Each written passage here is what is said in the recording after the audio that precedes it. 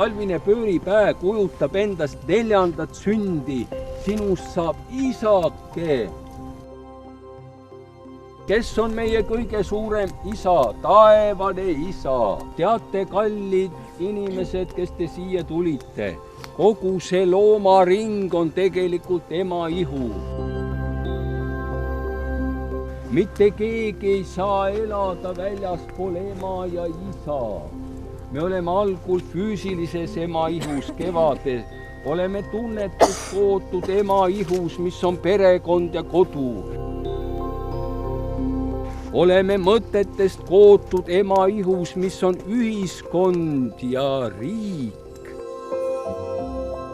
Ja talvised märgid kujutavad endast seda ema ihu, mis on vaimne.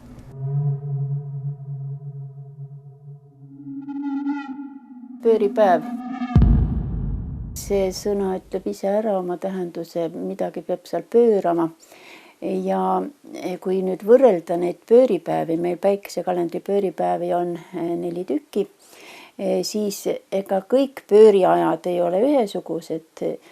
Rahvakalendris on niimoodi, et väga paljud rahvakalendri tähtpäevad, ma ei ütleks, et kõik, on ikkagi sellised, kus on nii-öelda kriitiline aeg, kus midagi muutub, midagi pöörab, midagi saab teistsuguseks või midagi on paigal ja läheb teistsugusena edasi. Ja vaat see mõiste ongi, see on niisugune aeg, kus midagi ka võib sinuga juhtuda. Ja siit need maagilised toimingud ja kõik niisugused. Olete pannud tähele seda, et näiteks paljud kalendri tähtpäevad, mis meil praegu on trükikalendrites olemas ka ju, et nende eelõhtu on olulisem nagu kui see päev ise. Võtame kas või jõululaupäeva õhtu, võtame jaaniõhtu, jaanilaupäev. Need on tõesti olulisemad, sest need on täis maagiat ja mida suurem pööriaeg, mida suurem pööripäev, seda rohkem on maagilisi tegevusi sinna koondub. Ja need on püsinud aastasadadega tänapäevani välja.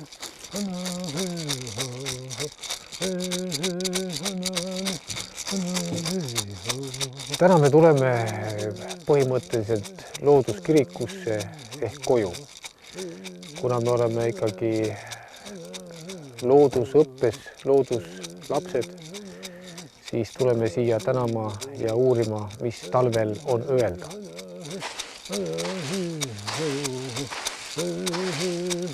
Seetõttu me kutsume siin välja kõik aastaajad ja arutame nendega, kuidas aasta on läinud läbi lõikes. Need puud võivad siin olla 300-400 aastat vanad, siis järelikult midagi sinna, aga muidugi keskel olev kivi võib veel vanem olla.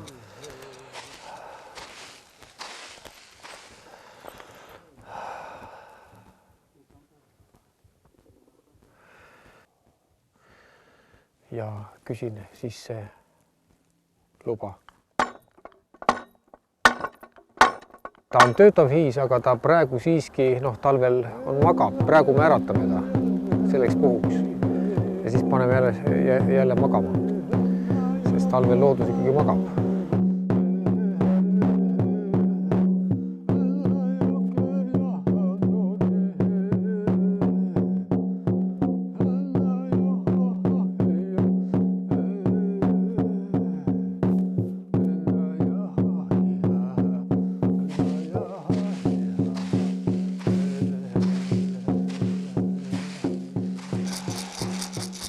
Võra pealt kinni ja nüüd rikastame veel omakorda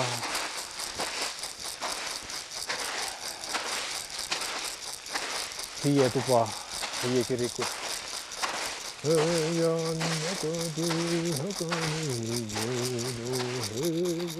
Riitused on omajagu huvitavad, me vajame neid ka tänapäev. Me võtame need ette, mis on kunagi olnud. Osa on muutunud niisuguseks traditsiooniliseks tegevuseks, mille peale me ei mõtlegi enam, et need oleks riitused olnud. Aga see, mis oli 1000 aastat tagasi või enne Kristuse sündi, me ei tea neid asju kuigi täpselt. Me võime otsustada paljude tunnuste järgi, kogemuste järgi, teiste maade järgi, kes on arengu teinud samasuguselt läbi, nagu meie oleme teinud. Ja me võime väga sügavuti neid asju uurides üht-teist oletada. Aga see, et niimoodi on tegelikult olnud, no selle kohta pole küll mingit tõendit. No kui me võtame nüüd siin talvel, vanasti olid talved pikemad, eks ole, ja tõsisemad ja sügavamad, sest et novembri nimi on juba talvekuu, eks ole, talv juba tuli. Ja kui on nüüd see talvine pööripäev, siis ma ei kujuta kuidagi ette, me läheksime kuhugi loodusesse ja külma käes seal teeksime tuld ja loitsiksime või teeksime mida tahes, eks ole. Et see niimoodi oligi. Kui me nüüd räägime tänapäeval riitusest, siis see riituse sõna on väga erineva tähendusega. Mina nimetaksin riituseks ikka seda, kus on usund on taga, mitte et me mängime järgi. Aga mis me nime me ikka siis paneme? Paneme siis ikkagi nimetame need riitusteks ja niimoodi see siis tulebki. Ja vaat kui palju siin oli juttu sellest, et ühed pühitsevad niimoodi pööriaega, siis on ju see, kuidas on suve lõpu, mingisugused tuled, muinastuled, ööd. Ei ole meil andmed, et meie oleksime niimoodi teinud. See ei tähenda seda, et me oleme nüüd mingisugune rumal või vilets või imelik rahvas, et teised kõik teevad ja meie ei tee. Meil on jälle ääretu palju muid selliseid huvitavaid asju, millest me siiski teame ja mis näitavad seda, kui rikas on olnud meie vana rahvakultuur. Geniaalne uraan! Geniaalne uraan! Me ootame sind oma peole. Müstiline ja musikaalne Neptun. Müstiline ja musikaalne Neptun. Tule meie peole. Tule meie peole. Maagiline Pluto. Maagiline Pluto. Me ootame sind oma peole. Me ootame sind oma peole. Astroloogia puhul on tegemist metakeelega. See on hermeetiline filosoofia, see on inimeste vaheliste suhete algebra, alkeemia. Inimkonna tee on täiuslikkusele, pühadusele ja selleks on vaja toituvad need talvemärgid, kaljukits, veevalaja kalad, see on vaimne toit. Veevalaja toob šoki, see on Silver Meikar.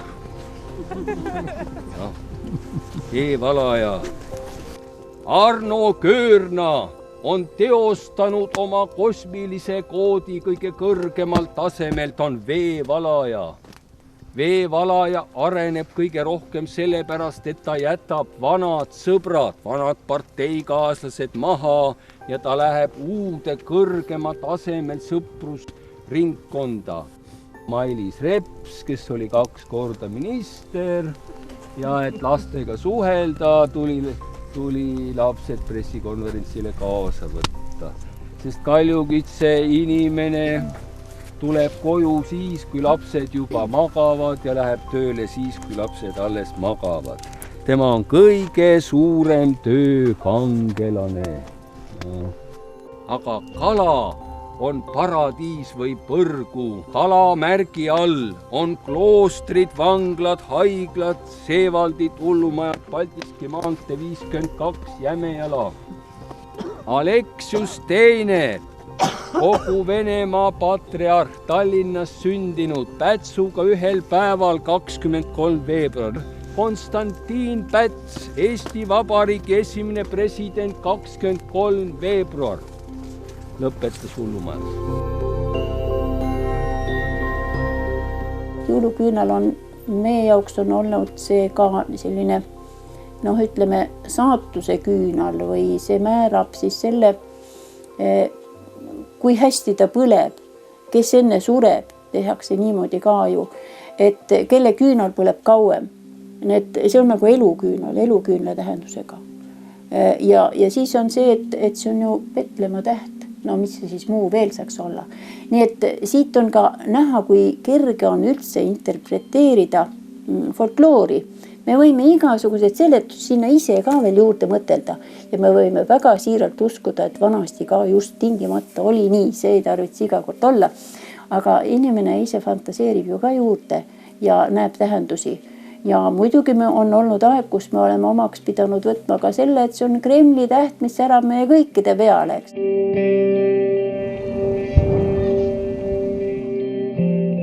Ja miks me siis jõuluajal ikkagi hoiame tule toas? Kui võtame need inglased ja kõik, kellel on tuli kaminas peab olema, siis meil tuli ahjus ei pea olema, aga meil peab küünal toas põlema, need peab olema valge. Ja miks see siis on? Kurjad jõud liiguvad ümber. Me peame ristisid tegema, mitte kristlusega seotud riste, vaid üldse ristimärk on see niisugune keelav märk. Me peame salvede peale tegema, uste peale, akende peale, me paneme rohelisi oksi igale poole, Lääne-Eestis on see komme, et pandi seinte peale, et see oleks ilusam.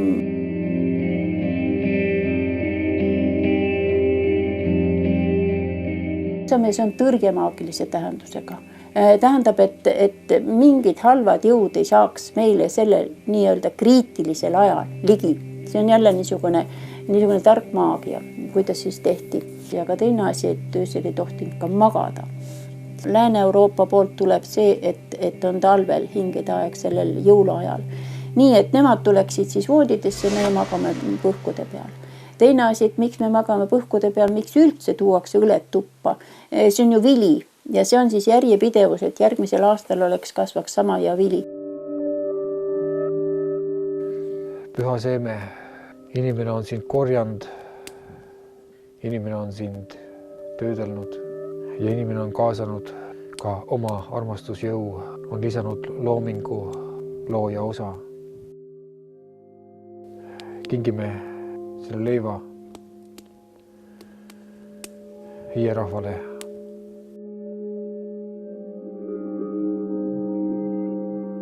Ja siis on see õlgede lakk ja viskame komme, mis on Muina-Skandinaaviast pärit juba. See, et me ennustame selle järgi, et missugust saaki meil parasjagu on. Ja see kõik on olnud niimoodi, et kui me arvestame nüüd, et see kõik need ettevõtmised olid rehetoas, kus ei olnudki veel jõulupuud põhkude peal, aga küünal hoiti ikka põlemas, et valgus peaks olema, ööd läbi valgus. Me oleme maarahvas, meil on mausk. Me oleme talupojarahvas, me oleme looduslähedased. Me oskame loodusega kooskõlas elada.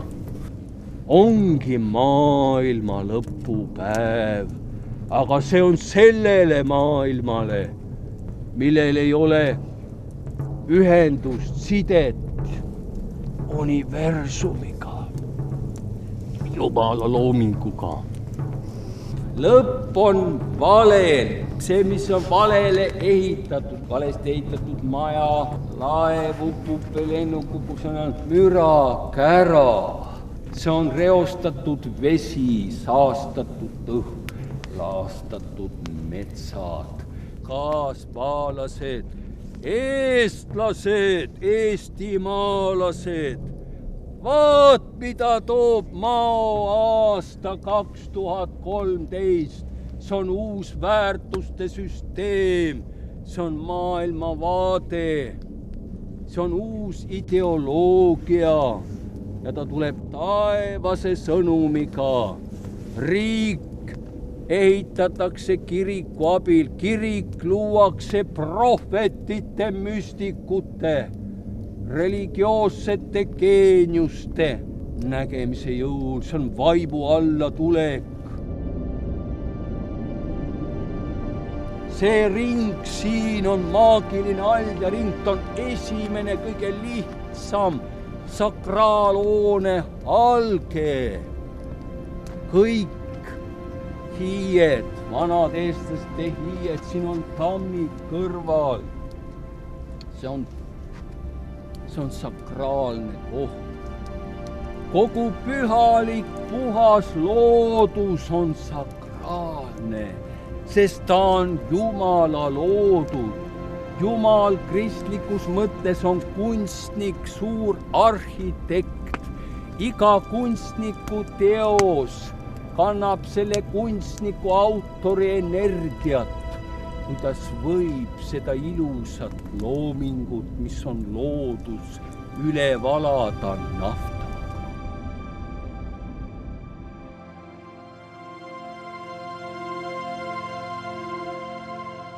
täna teate, ma tulen välja, et see sõita siia Varbolasse ja naaber vajast kojamees, aga ei olnudki maailma lõppu, nagu mina oleks süüdi. Pettunud häälega, et ei olnudki maailma, ei tulnudki, jah. Mina pole kunagi maailma lõppu ennustanud, aga jah, kapitalismile on lõpp. No see ei tähenda ka, et nüüd pööripäeval on ka see protsess, me ei mäletame, kuidas läks. Tähendab, on üks süsteem, üks kalender lõpeb, üks süsteem lõpeb ja siis tuleb ju uus, mis tuleb uus veevala aasta. Ja tegelikult täna algas uus aasta, sest aasta on suur päev. Kell 12 öösel algab uus päev ja täna on aasta, kell 12 on öine aeg, öö on kõige pikem, see on päike tõuseb kõrgemalt ja hakkab seda rohkem tulema.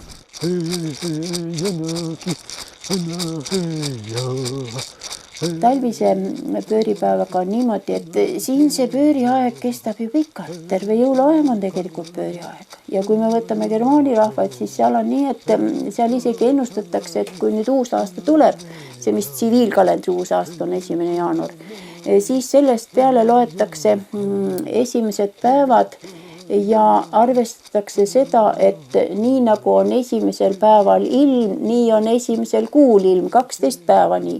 Ja see 12 päevak, see 12, nagu ta saksa keeles on, see on tulnud sellest, et 12 kuud on ja siis see 12 päeva järjest peab väga tugevalt arvestama, milline on ilm sellel päeval, siis seda laadi kipub olema järgmine kuu.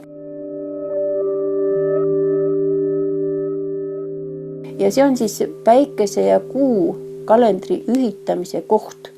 Ühesõnaga, et kuu käib teisi ringi, saab selle 13 korraga aastas ära käidud, aga päikesel läheb 12 kuud niimoodi. Ja niimoodi mõõdetakse ja kunagi need on jälle niisugusest väga vanast ajast jäänud, on need arvestused siis, et mõlemad nagu tulevad arvesse. Kuukalender on meil ka praeguseni ju väga oluline.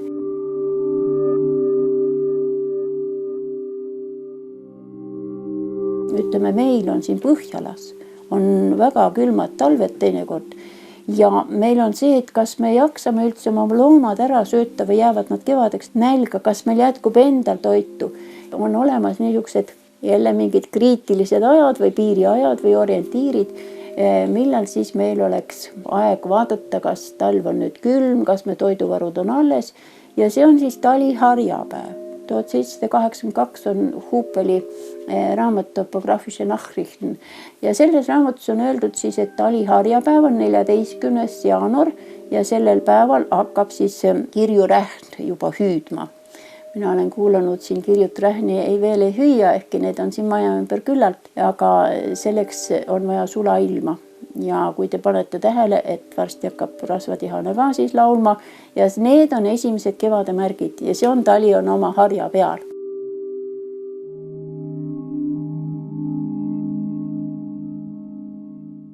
Näete, kallid sõbrad, armastus peab olema esivanemate kodumaa vastu. Seda maad, seda sama linnust on armastusega on kaitstud oma lapsi.